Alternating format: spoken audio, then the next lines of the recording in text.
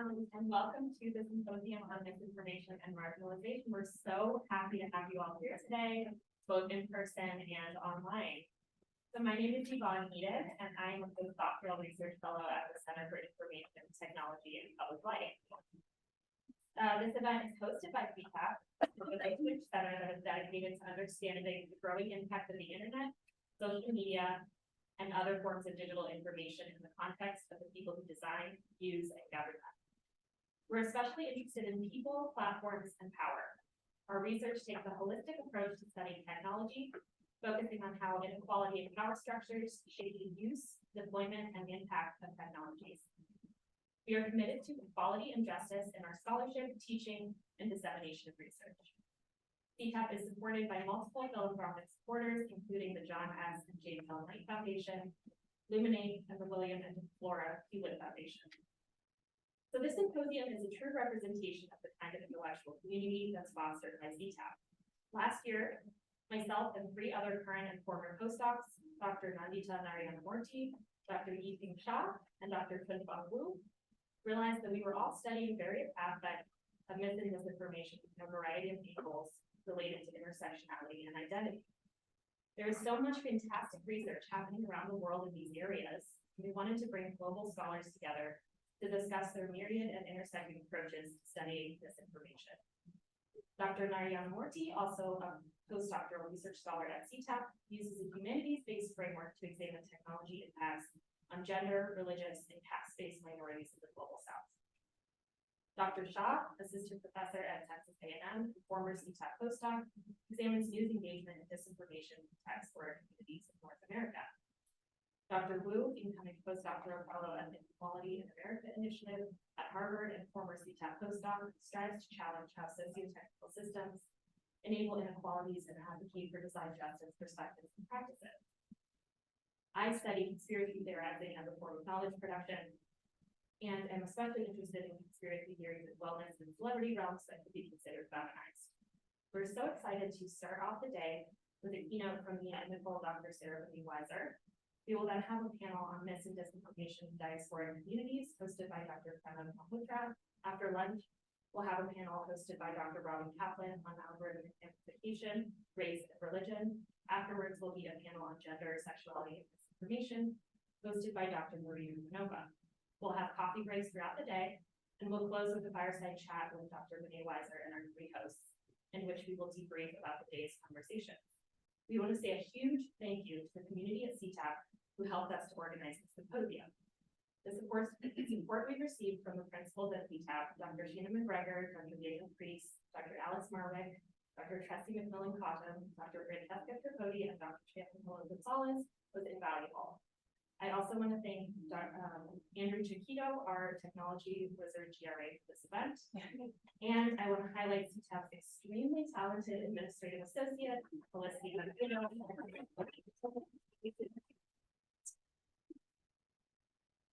It's an honor that we're opening the symposium with a keynote from Dr. Banet-Weiser. Dr. Banet-Weiser is the Walter H. Annenberg Dean of the Annenberg School for Communication at the University of Pennsylvania. She is also the Lauren Berlant Professor of Communication. She is a research professor at the University of Southern California's Annenberg School for Communication and Journalism, and the founding director of the Center for Collaborative Communication at the Annenberg School. Her teaching and research interests include gender in the media, identity, citizenship, and cultural politics, consumer culture and popular media, race in the media, and intersectional feminism. Committed to intellectual and activist conversations that explore how global media politics are exercised, expressed, and perpetuated in different cultural contexts, she has authored or edited 8 books, including the award-winning Authentic: The Politics of Ambivalence in a Brand Culture, and Empowered: Popular Feminism and Popular Misogyny, as well as dozens of peer-reviewed articles, book chapters, and essays. In 2019 and 2020, she had a regular column on popular feminism at the Los Angeles Review of Books. Dr. Banet-Weiser's newest book, just out and co-authored with Catherine Higgins, is titled Believability, Sexual Violence, Media, and the Politics of Doubt. Please join me in welcoming Dr. Banet-Weiser.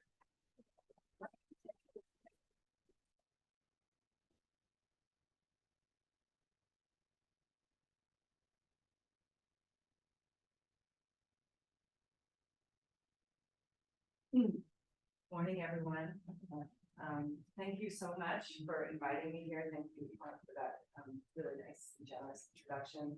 It's good to see all of you. Some of you I know in person, some of you I know through your work. I just want to say that CTAP has been doing some of the most important work, I think, in this area in the last several years. And so it's just a real honor to be here. What are we doing there? Okay, and then I just had this little thing.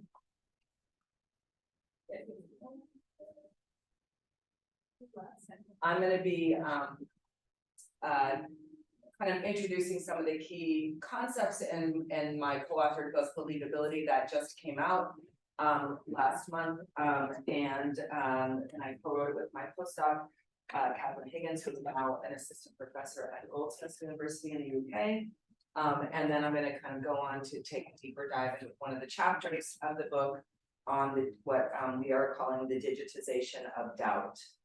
I will say that the book has only been out came out in the end of June, and it seems like every day there are new cases that we could discuss that fit in the realm of believability, doubt, and sexual violence.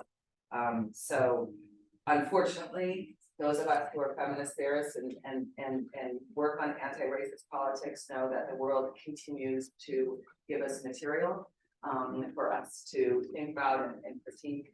I also want to say that it's important, I think, for us to be at a symposium on misinformation and marginalization, given what is happening in Gaza, and what is, kind of the sort of tensions that are and violence that are happening, and the kind of trauma that so many people are experiencing. So I'm really glad to be here. Thanks again for inviting me. I am going to talk about Johnny Depp and Amber Heard. So sorry, I guess. I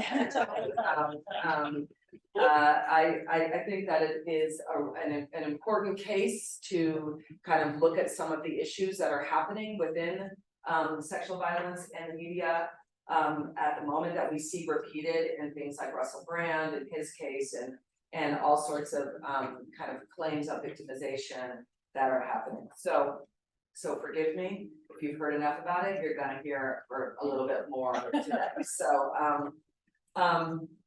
I will say that the book has got some good visibility, and it's gotten some really nice reviews, and it has one scathing review where the reviewer, it's an Australian reviewer, an Australian paper, where the reviewer called Kat, my co-author, and I, squirmy girl fans of Amber Heard. So it turns out that the entire review is because she's a Johnny Depp fan. I mean, it was just like, did you read any? This is just like the introduction of the book, it's like, so it continues to inspire all sorts of feelings with people. As I'm sure many of you know, on May 22nd, 2022, a jury in Virginia found Amber Heard liable for defaming her ex-husband, Johnny Depp.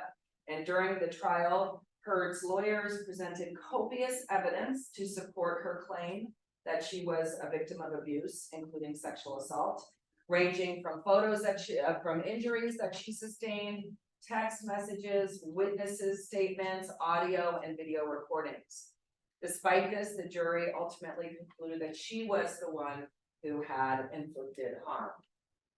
The onslaught of misogynistic abuse and violence directed at Heard by Depp supporters and fans was astonishing, even for someone who is been researching misogyny for many years, even in a context where misogyny has been kind of practically normalized. Almost all social media outlets, from Facebook to Twitter to Instagram to TikTok, were flooded with content accusing Heard of being a liar.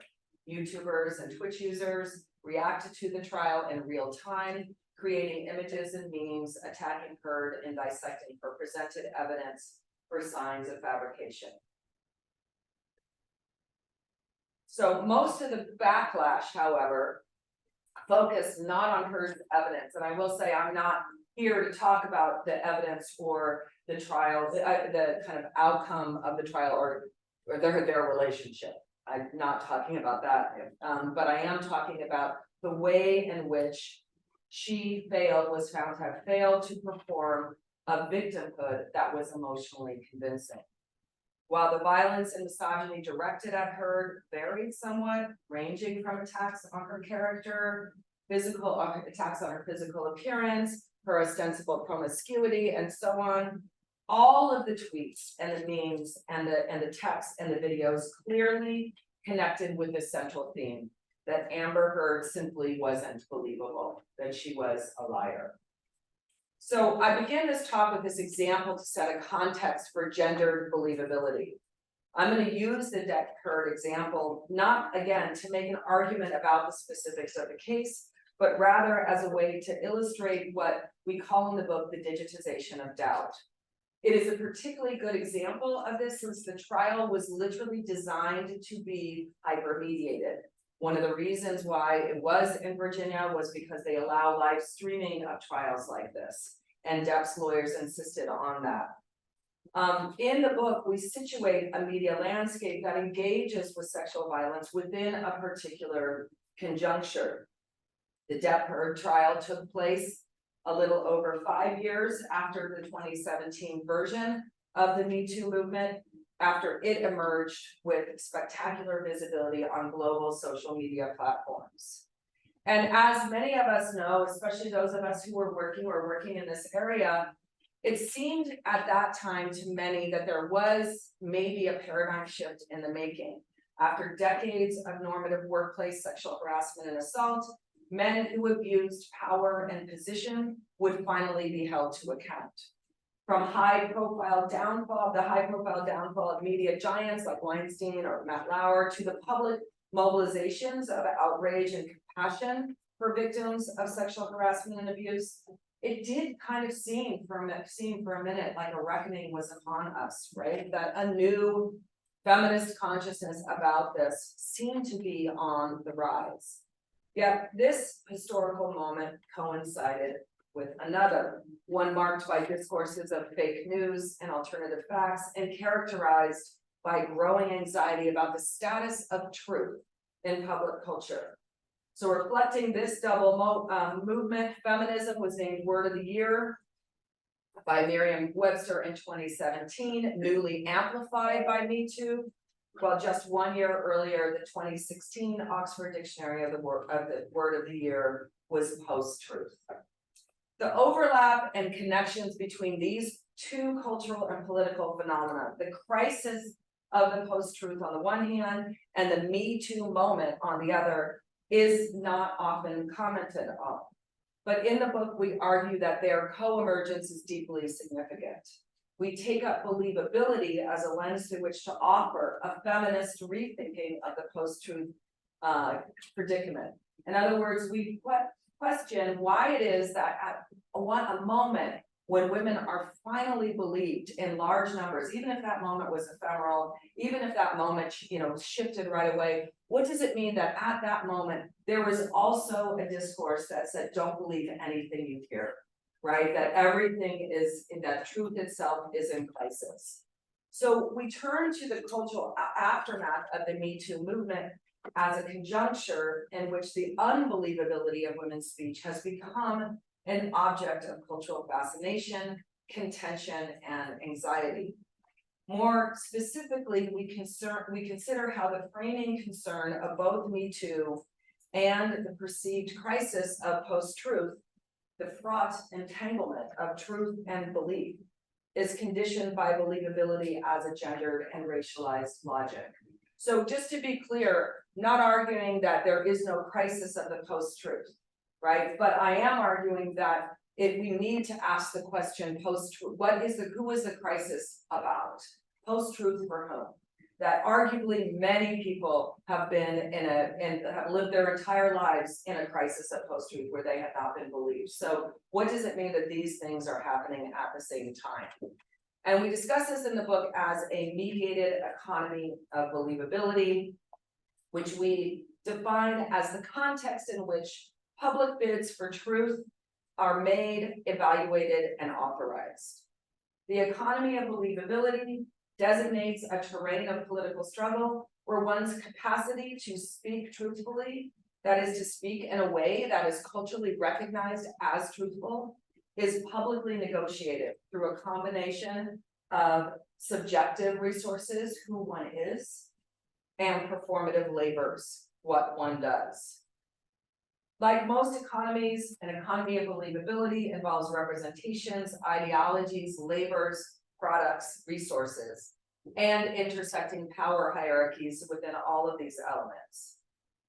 And while the question of who we believe and why, when it comes to sexual violence, has always been a political one, the economy of believability exists in a very specific historical conjuncture, one in which media, especially digital media, are now the primary site for the negotiation of believable evidence and the performance of believable subjecthood. This highly mediated economy has a broad reach and accessibility. It is dynamic and networked. It also has expanded spaces for backlash.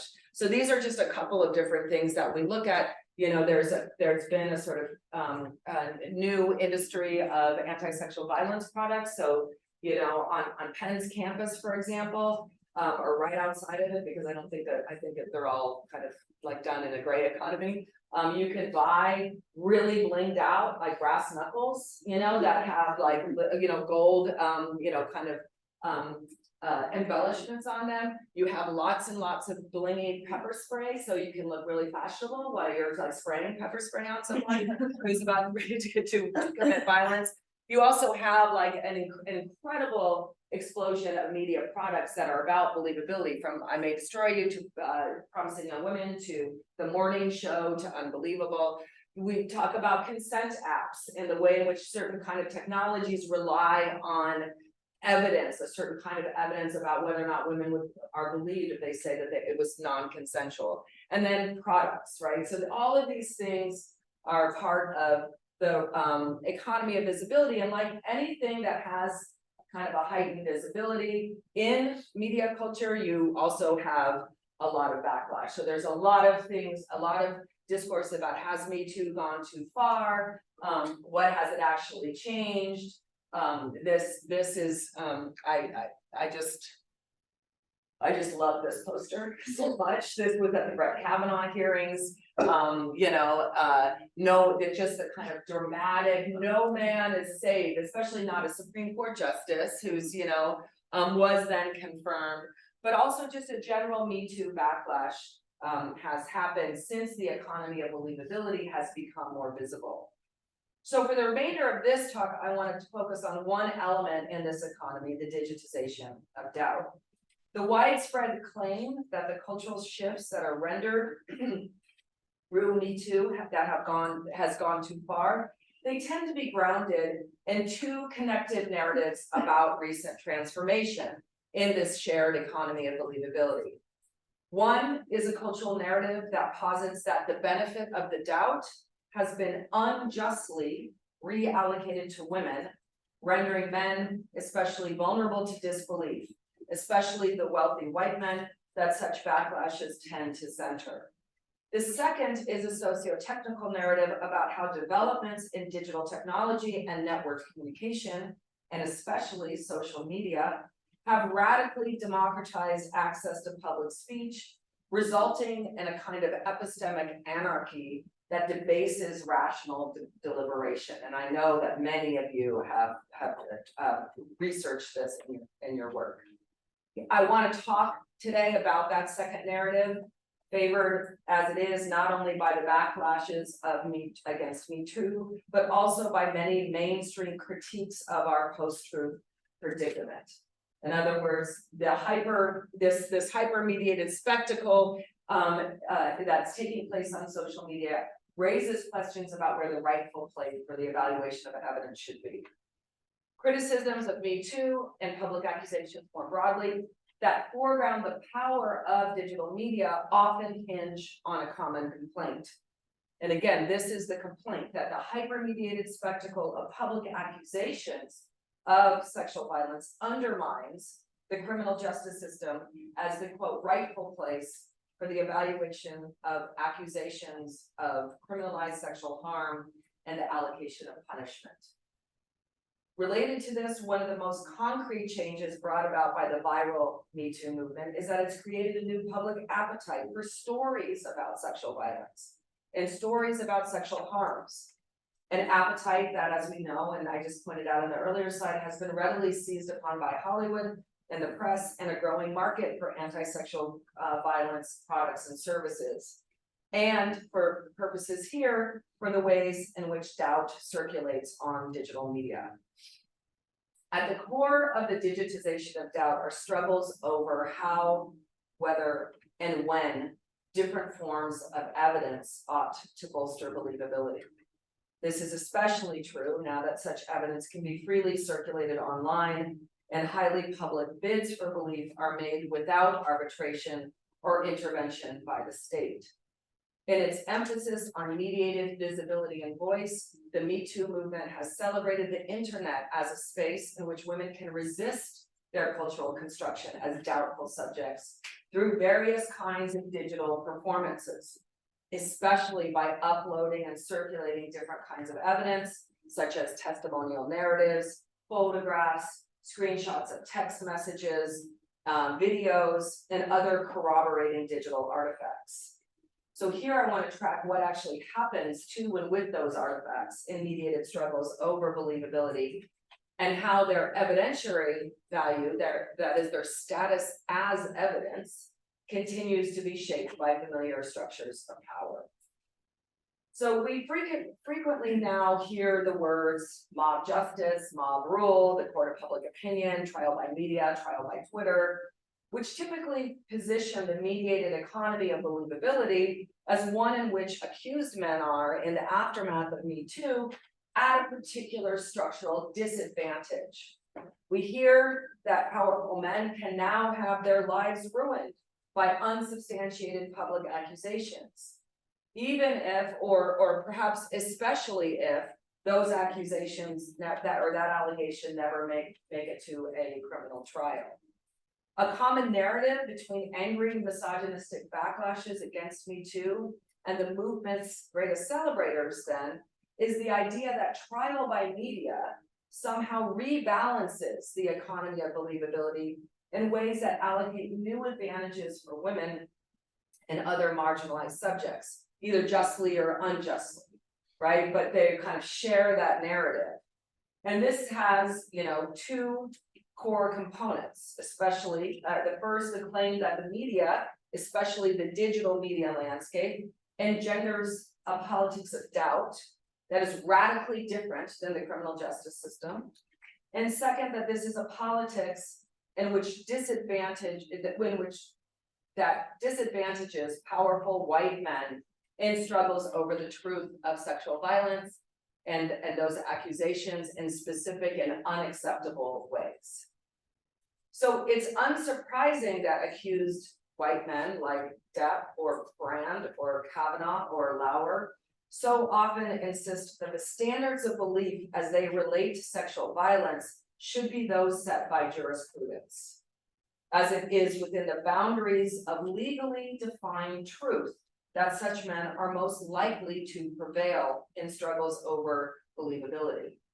In fact, their success by these standards, right, legally defined truth in a criminal trial is, historically speaking, almost guaranteed, right? A minuscule number of sexual violence cases ever make it to a legal court or proceeding, and a smaller number still ever results in a conviction.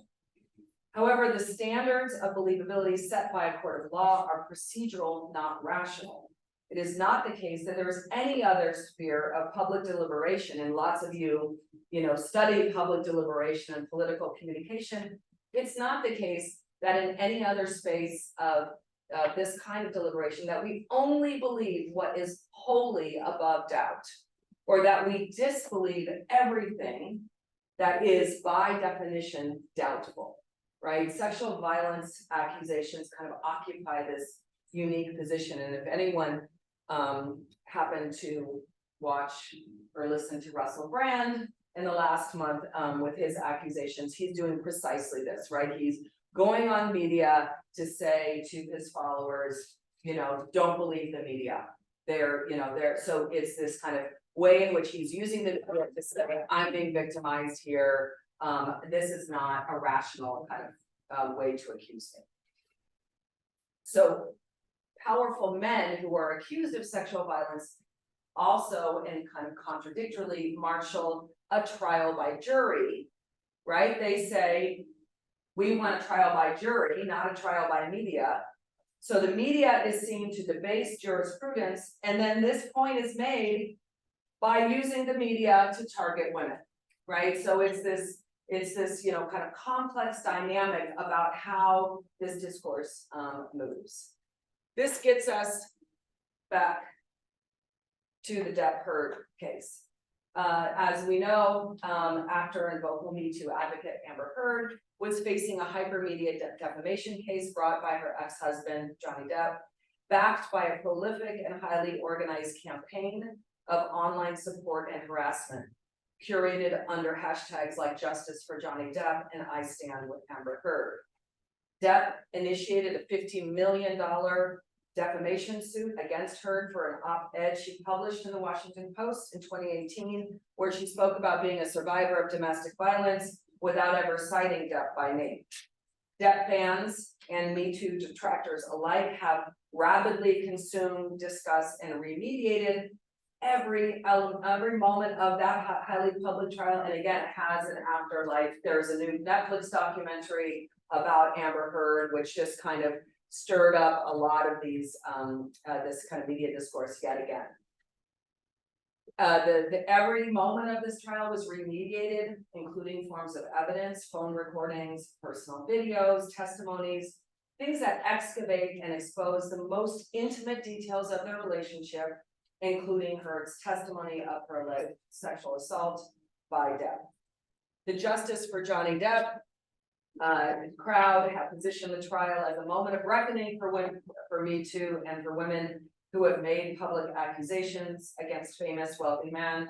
Remember, I'm a squirmy girl fan, right? And so there's, there's ways in which these kind of attacks are working to diminish discourse on this. And the Justice for Johnny Depp crowd have positioned the trial as one in which the so-called superior truths of the courtroom will finally prevail against those of the mediated public sphere. In other words, the politics of doubt is subjective in as much as doubt works differently for different kinds of subjects. In a court of law, even a small amount of doubt can save a defendant while sinking the prosecution. For powerful men facing public allegations of sexual harassment and assault in the mediated public sphere, doubt often works similarly. Even a small amount can function effectively as exoneration, or at the very least as impunity. Women and other marginalized subjects, however, must wholly overcome doubt to access belief and public solidarity. So, the digitization of doubt. What does it mean to say that doubt itself has been digitized? How do we think about the circulation of this concept within the context of sexual violence? We use this phrasing to sort of broadly capture the incremental rerouting of the economy of believability and its attendant labors through digital technologies and platforms. And more specifically, we focus in the book on how the concept of evidence is being remade by digital culture in ways that are consequential for the believability of sexual violence. Certainly, this relates to evidence as it may come into play in legal trials relating to sexual harms. But our focus here is on how evidence helps sculpt and dictate struggles over believability as they are waged in media culture. That is, as they are waged in trials by media. In this regard, three developments seem particularly salient. The new visibility and ease of circulation of digital evidence, the new forms and functions of evidence that digital technologies afford and promote, and the significance of digital platforms as the context in which public contexts for believability often play out through the sharing of testimonies and other kinds of evidence.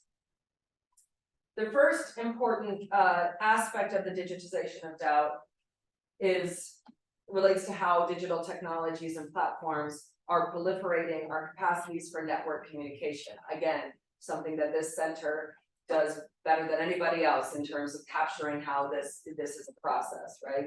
In the current hypermediated conjuncture, our ability to both issue and challenge bids for truth in highly public ways has, at least in terms of access, been radically, if not evenly, democratized, right? This enhanced capacity for public visibility and speech sits at the core of both Me Too and fears about post-truth.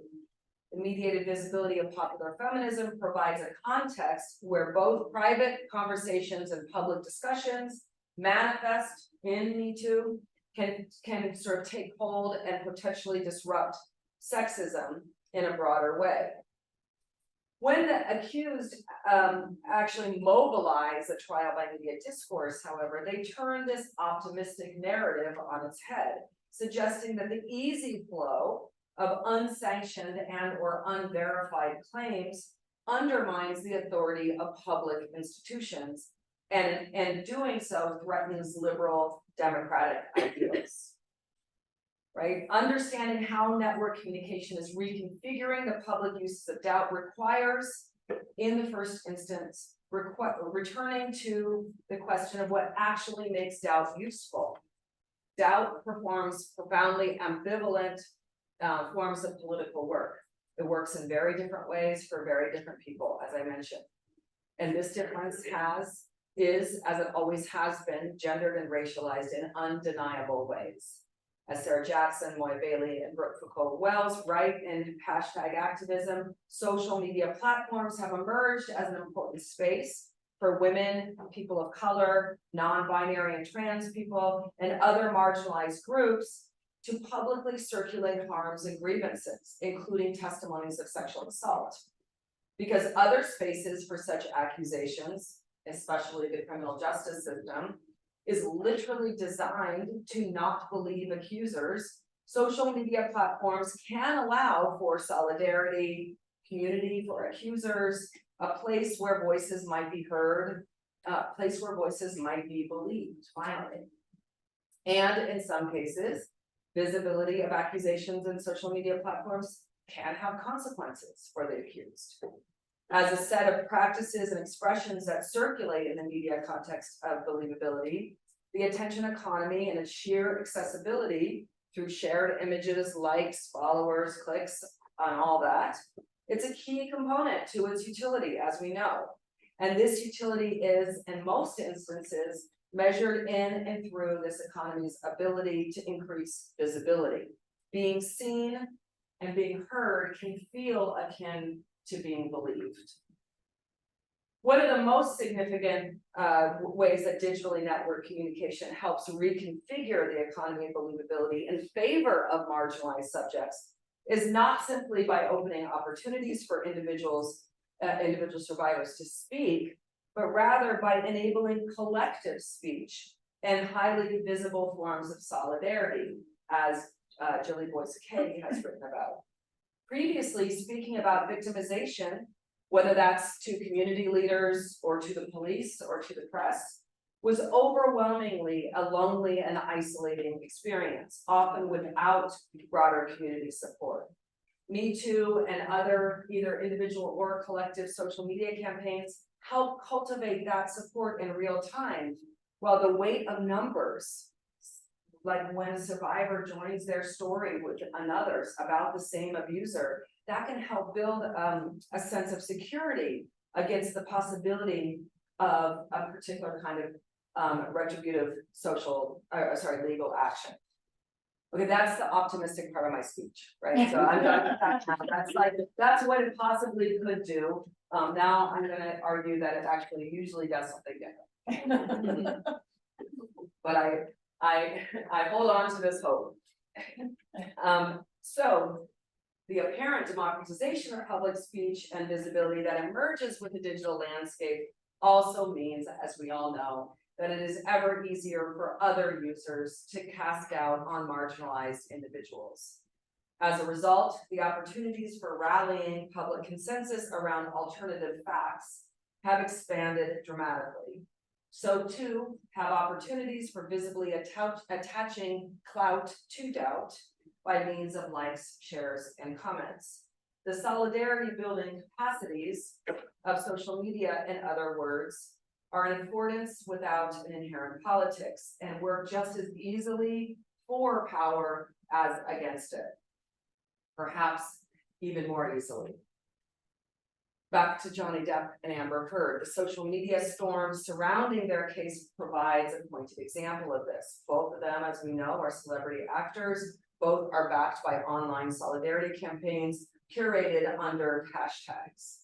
These campaigns enact public solidarity with and promote the believability of Depp and Heard respectively by liking and sharing their posts and posts about them, by remediating key segments of their testimonies from the trial, resulting or constructing some sympathetic narratives around different types of digital evidence, like photos and videos, and especially in the case of the pro-Depp campaign, engaging in highly visible forms of public harassment, intimidation, and denigration. Trial was live streamed by the Law and Order Crime Network and Court TV YouTube channels, and hundreds of thousands of viewers tuned in each day. However, the relative size of these solidarity campaigns aligns with the relative power of the two individuals involved. On TikTok, the I Stand with Amber Heard hashtag had around 2.4 million views in early May 2022, compared with 6.8 billion for Justice for Johnny Depp. Depp, the wealthier, the more famous, and as a white man, the more centrally located in a subjective economy of believability, wields a far larger online army. Moreover, Depp's online support base appears to not only be larger, but overwhelmingly, again, more engaged with the trial in derogatory, abusive, and/or violent ways, mirroring gender patterns of harassment and abuse that exist offline and prompting some to regard the trial as the death of Me Too. Right, so you can just see how, the kind of the difference between the amount of people who are following or circulating this. While digitally networked communication creates new opportunities for women and other marginalized subjects to speak out about sexual violence and rally support online, believability remains subjective. And so these new acts of public speech tend to remain subject to a politics of doubt that privileges those already in positions of relative social and economic power. Okay. New forms and functions of evidence.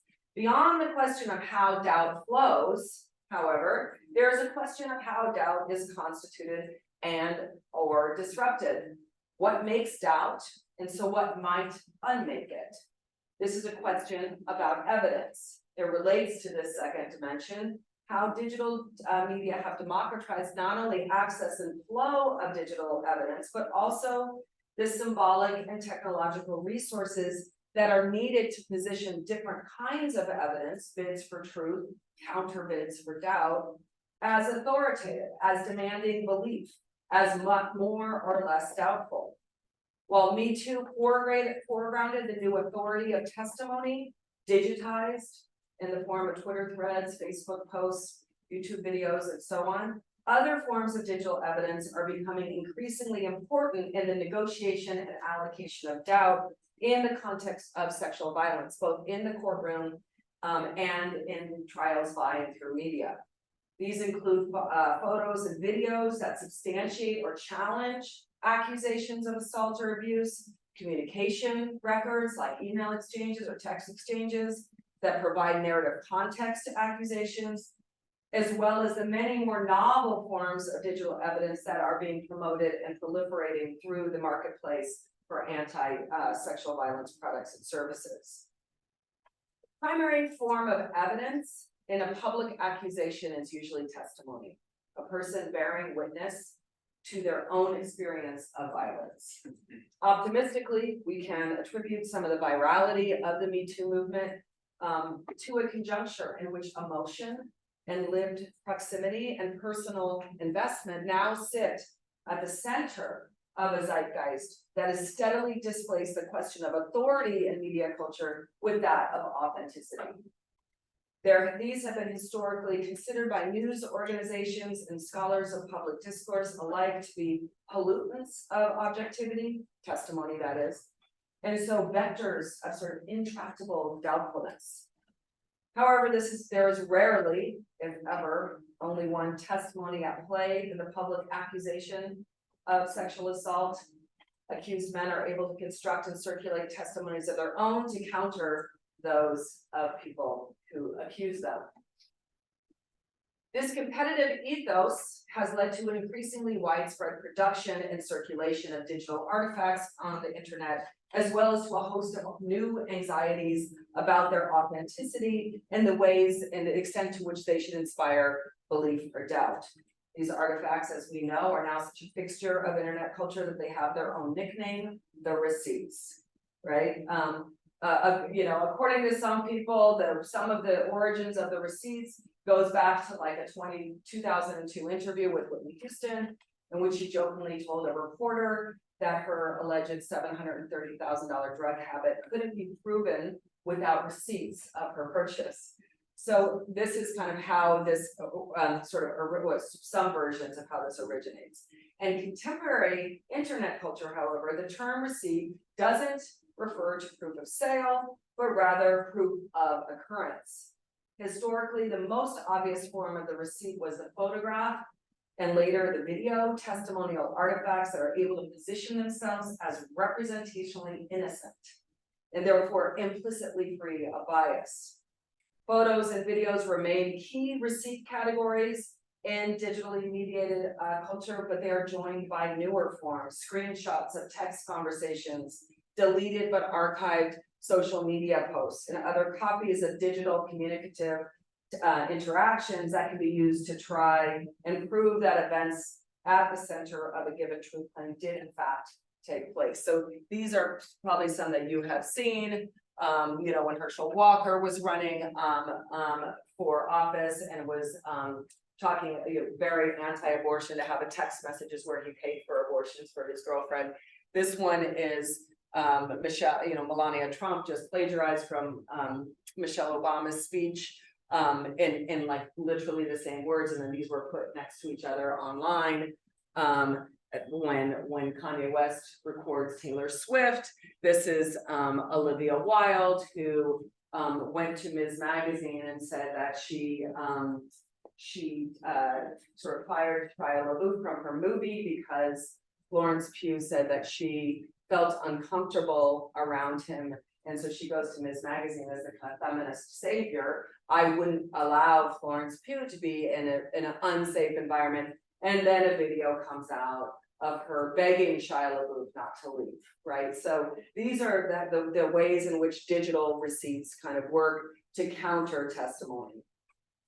And even though many critical technology scholars, people like, Ruha Benjamin, Andre Brock, Sophia Noble, Jody Dean, people in this room, even though they have challenged the idea that the advent of digital media allows for a redistribution of power, there persists an assumption that the affordances of digital media, especially with its relative openness and accessibility, somehow translates into transparency and authenticity, right? Digital media is often positioned, perhaps ironically, as less mediated and more truthful than other media forms, maybe because of the lower barriers of entry, right? So there's a kind of idea that it has to be authentic because it's not vetted through corporate culture.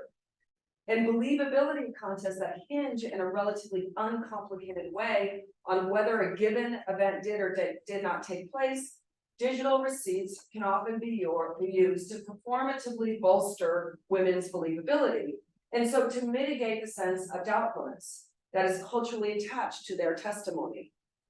They are, in other words, promised by the marketplace for anti-sexual violence and positioned by discourses of believability as superior forms of evidence. But as we know, the believability of sexual violence and gendered abuse is rarely, if ever, simply a question of whether or not a given event did or did not happen.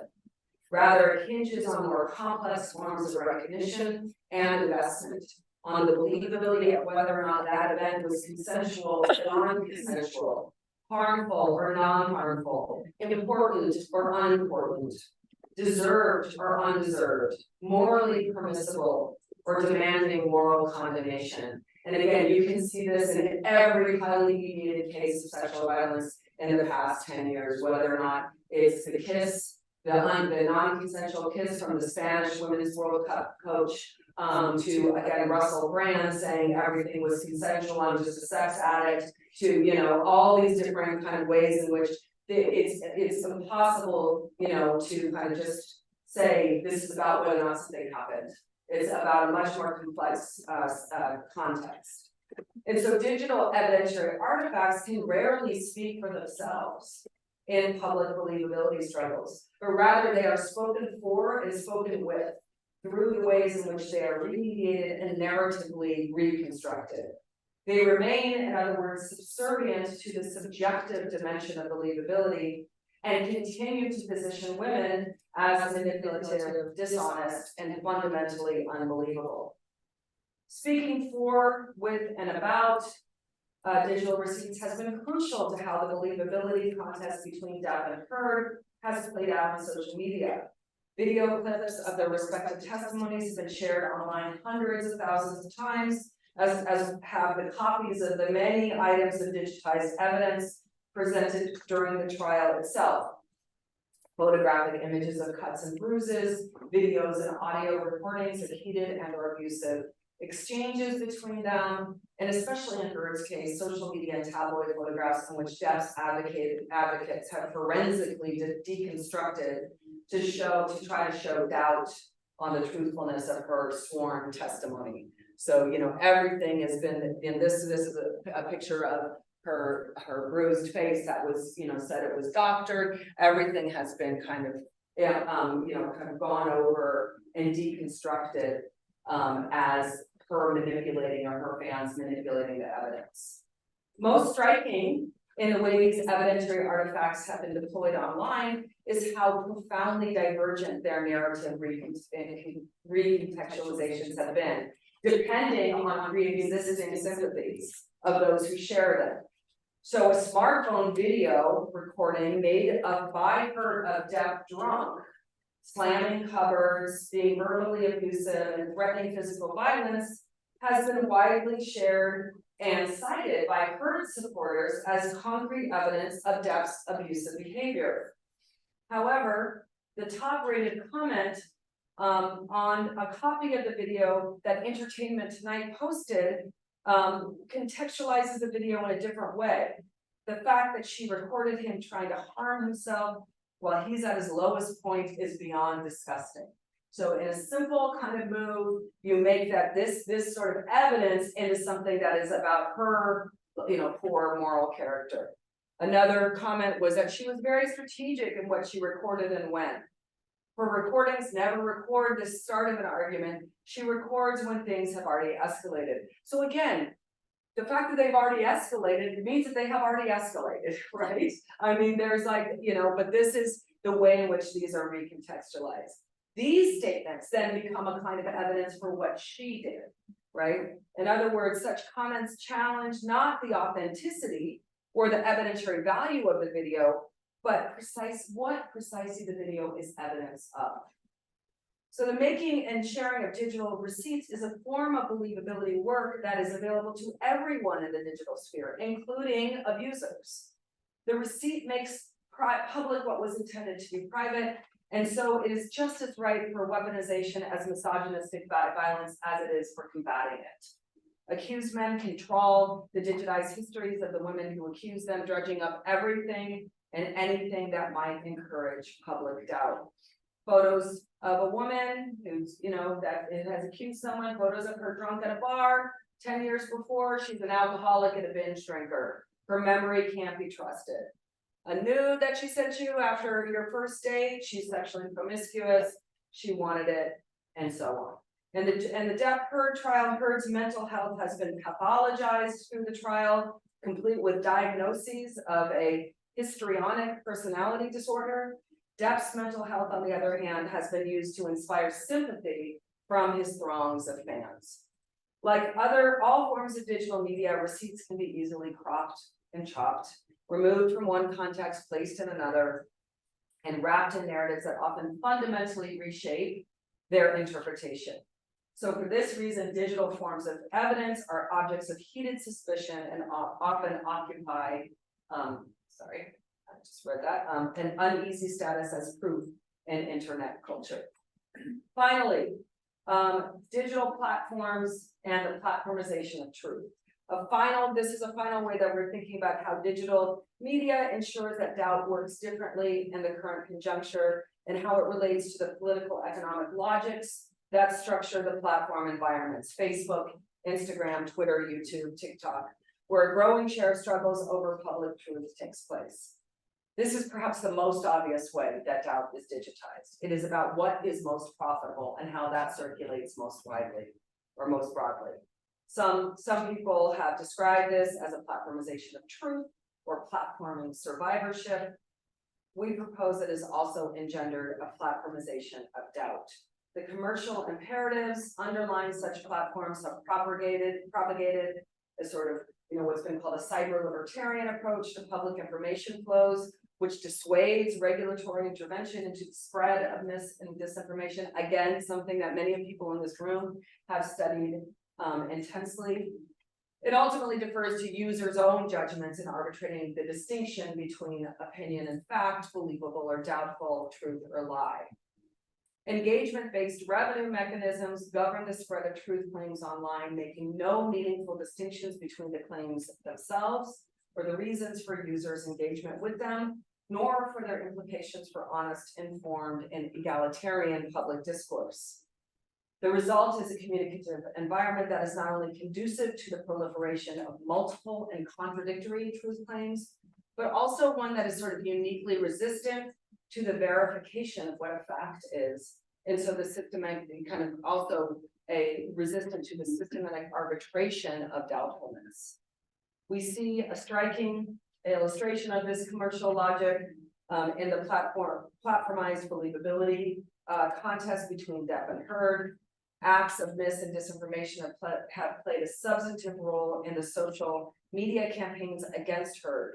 These range from the easily disproven. For example, this is very easily disproven. People circulated this idea that that Heard used a lengthy and unattributed quote from the movie, The Talented Mr. Ripley, and to describe Depp in his sworn testimony, in her sworn testimony in court. It was very easy to disprove because there are recordings of her giving that sworn testimony, and it wasn't, from the Talented Mr. Ripley. So that one's easily disproven. They ranged from that to the officially sort of unconfirmable, but no less absurd. This, when she was crying on the stand, was widely circulated to say that she did a bump of cocaine at the stand on the podium, and then was wiping her nose about it. So if for a while things were trending like Heard, bump, cocaine, that kind of thing. So the easy spread of these kinds of claims across social media also speaks to how the commercial logics that structure platform environments are structuring the economy of believability in turn. Such claims emulate that what the platform wants to distribute most is not only because they are sensational, but also because they work with rather than against the same networked misogyny behind the ravenous online spectatorship of the trial. Again, according to research, the online reach of pro-Depp social media posts is approximately 100 times more of that of supporting Heard. Posts attacking Heard are, simply put, the safest commercial bet for those seeking to monetize the spectacle of the trial. In this way, the commercial and misogynistic logics that inform the spread of mis and disinformation about Heard online are deeply entwined, forming a positive feedback loop. Misogyny informs the commercial imperative for such posts, which then in turn further fuel misogynistic backlash against Heard and other Me Too figures in the manosphere. In a media context in which most circuits of visibility are driven by profit, competition, and consumers, simply insisting on believability does not guarantee that identity categories such as gender or race or sexuality will somehow be unfettered from sexism or misogyny or racism or homophobia or transphobia. If network communication allows for a democratization of voices, particularly women accusing men of gendered violence, it also allows for a denial and dismissal of those voices registered through clicks, comments, and followers. People have talked about how, structural forces like racism and sexism are baked into algorithms. A privileging of a particular capitalistic visibility is similarly baked into digital algorithms. In this way, we witness this with the Me Too movement, not only by the fact that the most visible participants in this newly democratized public are mostly white female celebrities, but also of that they are also about the powerful men who were accused. Okay, so just a couple minutes more. A preoccupation with factual truth, we argue, only gets us so far through navigating the mediated politics of doubt as it relates to sexual violence. Believability cannot be fact-checked, as it is primarily not about facts, but rather about who those facts pertain to and whether or not those people are deserving, in quote marks, of the kinds of recognition and solidarity that believability affords. Doubt flows on multiple registers, circulating in the economy of believability as a certain kind of currency. And the reason that women must labor so hard is because men must instill so little doubt to access belief, while women must instill so much. So I've tried to outline here a shifted moment in misogynistic backlash in which accused men and their advocates are decrying trial by media and turning to the legal mechanisms of the state to restore their public reputations. What's clear, however, is that these trials by jury are merely pretenses for such men to turn trial by media back on their accusers.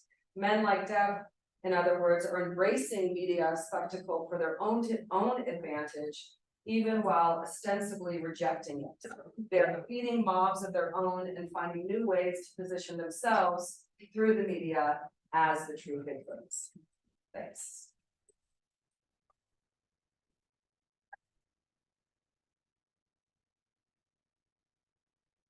All right, it's time for questions. If you're on Zoom, please use the Q&A feature to post your question there, and I'll be able to see it. If you're here, just raise your hand, and yeah. Fantastic, it was absolutely brilliant. Thank you. It's really interesting the sort of themes and threads you were putting out as you were going through this. I'm struck about the historical context as well. Things like the trace of despair, wild, a black thing. You see the sort of media power playing out with the same dynamics. So, how do you see the historic context is situated? Is it a new way of using media power, or do you see the yellow papers like the Hearst papers and tabloids from the 60s and 70s using the same sort of techniques, where you have an accuser from a working class background or a lower class background having to fight against somebody with inherent privilege? Yeah, it's a great question.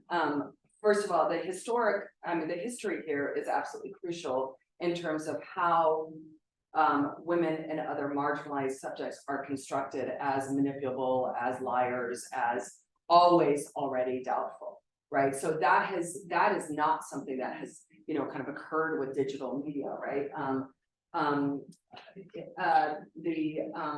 We talk about in the book the way in which Adrienne Rich in the early 80s talked about how when someone refers to an honest man, it is someone who has integrity and is a truth teller. And when someone refers to an honest woman, it is someone who only sleeps with her husband, right? And not other people, right? So this idea about marginalized people being liars has existed, for centuries, right? Which is also why we want to kind of push this idea about what it means to be talking about sexual violence in the context of this current crisis of post-truth, when women have never been believed in this. They've always been in a context of post-truth. So there's that history. the history you're asking about is about the media history. And I think that the media certainly has been, regardless of what form and regardless of what historical moment, has been instrumental in that construction of women as inherent liars, right?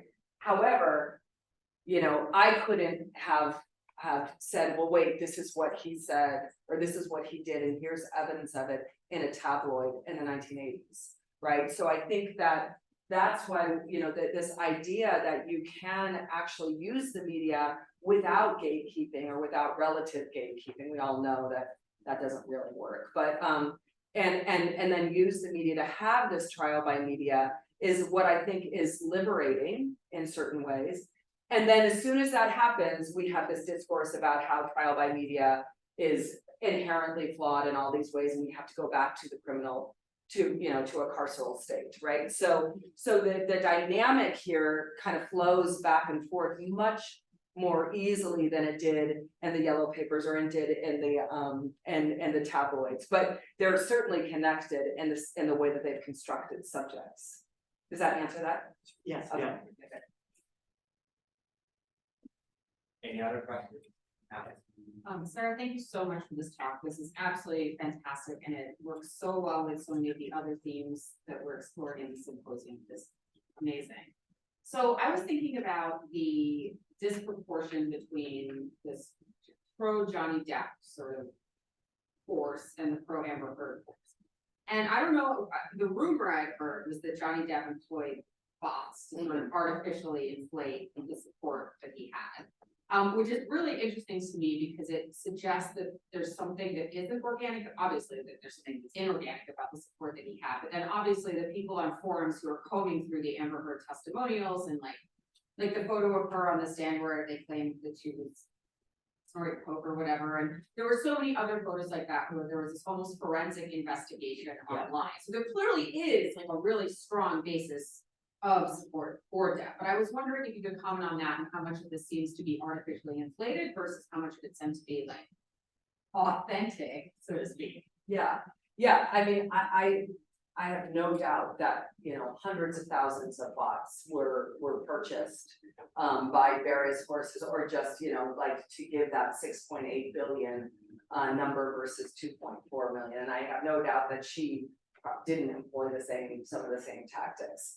And so the question about authenticity, well, this is, the question about authenticity in any of these kind of the circulation of visibility. What does it mean that those numbers don't really, kind of translate into bodies, right? But they translate into bots. And I think that what it does, what the visibility, the numbers of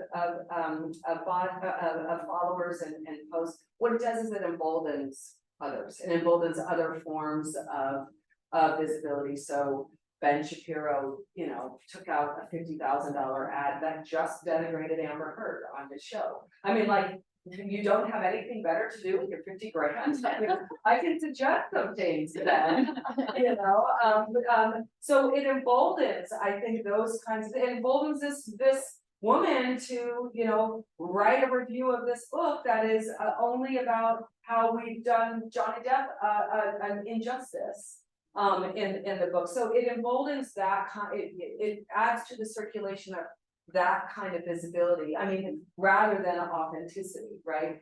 And I really, it's like it is the same kind of process that we all have when we experience and interpret the media.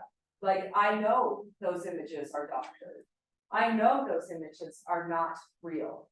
Do I still think I need to buy that wrinkle cream because I might look 25 if I spend, 500? Yes, I do. Yes, I do. Just that cream. Thank you very much.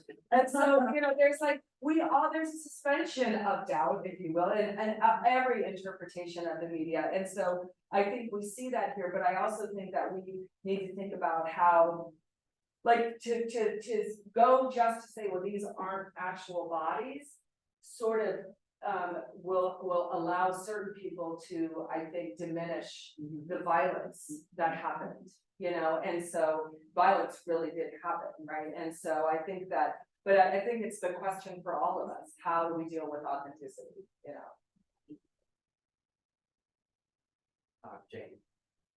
Hi, I really love the concept of visualization of doubt and then about challenges, authenticity. Also like the thrill that is about from the movement. I kind of want to go further from the technology and then like really question about, like artificial intelligence and deep fakes that almost kind of creates this illusion. And I think those are deep fakes and those content really questions us, like it makes us question ourselves and whether it is believable or authentic or not. So I'm curious about your thoughts about like those kind of technology that we manufacture content. Well, first of all, I think there are people in this room who can answer a question about AI much more than I can. It's a good question. I would first say that I think all technology is manufactured. And so if we're talking about mediation, there's a way in which all technologies offer a remediation of some kind of reality. So we have to keep that in mind. Of course, things like deep fakes challenge, to Alice's question. I mean, it's like add to, purchasing followers, deep fakes about certain things that will question evidence and question authenticity, all the, even more so, right? So there's all sorts of now playbooks for different ways in which we, should combat misinformation and decide. I mean, right now there's, images that are coming out of Gaza and out of Israel that are doctored, that are fake, that are circulating narratives that actually result in material and physical forms of violence. And so I think that one way to address this is to resist the shiny new object of deep fakes and AI and recognize that it actually can do, even as it can do some things that are very liberating, it can also do harm, right? And for us to use our resources, whatever those may be, to try to determine whether or not something is a deep fake. Deep fakes are really, a deep fake is a lot different than, than pictures like this, because a deep fake can easily just create Amber Heard literally like storing a line of cocaine on the stand, right? And just circulate that, right? So I think that complicates the picture even further about what it is, what we start to count as evidence. The problem is, I'm not advocating that that trial by jury media takes over, but also trial by jury has not been democratic, and it certainly hasn't been something where women and other marginalized people can go to present evidence and actually have some kind of guarantee of justice. In fact, it's exactly the opposite. And so it's, I'm not advocating for trial by media, but I am saying that carceral solutions they almost guarantee that people who accuse are going to be painted as liars. That's why people don't come forward, right? And there's, so much research on that. So I'm sorry, I think that's a total non-answer to your question. Someone else who can talk more intelligently about AI can do that. Yeah, thank you so much. This was super, super interesting. And so I guess my question is like, so in thinking about like one of the things you said, this has me thinking about is like, how does evidence relate to believability, right? It seems like that differential construction of this evidence, in sort of this case that you're using as an example, is sort of a larger argument. But I'm curious to hear your thoughts on sort of like the overlap or relationship between believability and trust. Because especially as we're thinking about, trial by jury versus trial by media, it strikes me that those are both like institutions that among all other institutions, we've experienced like a real huge decline in trust, and it's not evenly spread. But yeah, I'm just sort of curious to hear about what you think about like where does believability overlap with trust, and how does sort of that overlay into what you're thinking about these sort of trial by media versus trial by jury? It's a great question. And I think you're absolutely right to kind of focus on trust as something that actually might be more generative for us in thinking about not just, sexual violence, but racial violence, war, all this. So we started out by saying, what if we moved shifted as a culture from the epistemological position of the truth.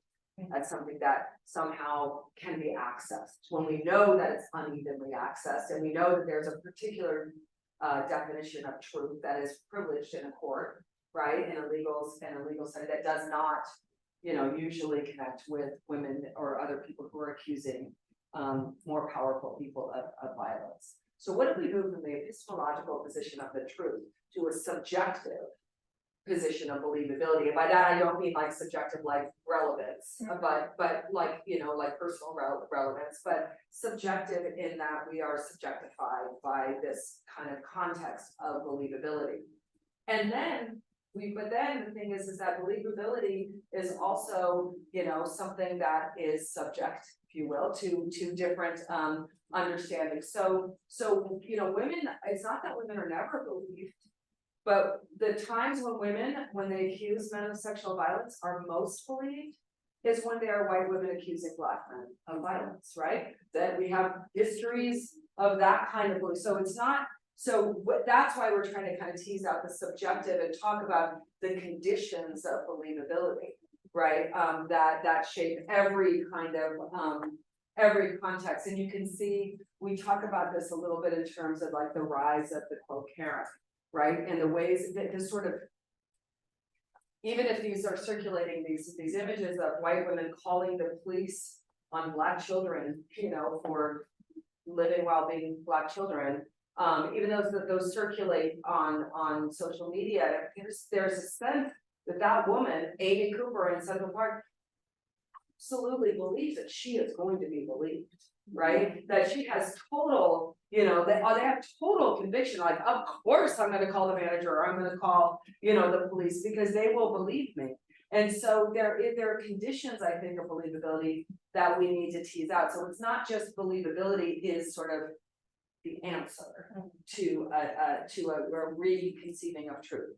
However, trust is, I think, the harder one, because I do believe, like, I don't believe things if I don't trust them, right? I don't believe an image. This gets to your question about deep fakes. If I don't trust where that source is coming from, then I won't believe that. So I think the next kind of iteration of this is how do we instill trust? How do we create that relationship? What does trust entail? Does it entail credentials, proximity, lived experience, right? How do we trust people, and how do we get to a place where we can trust people? Because right now we're not there, right? So again, I'm giving a non-answer to your question, but saying that this is really good, and I know you work your work, and so I think this is a good answer for you. Okay. So if you can help me with this, this would be good. So we're at 10:15, so unfortunately we have to wrap this up.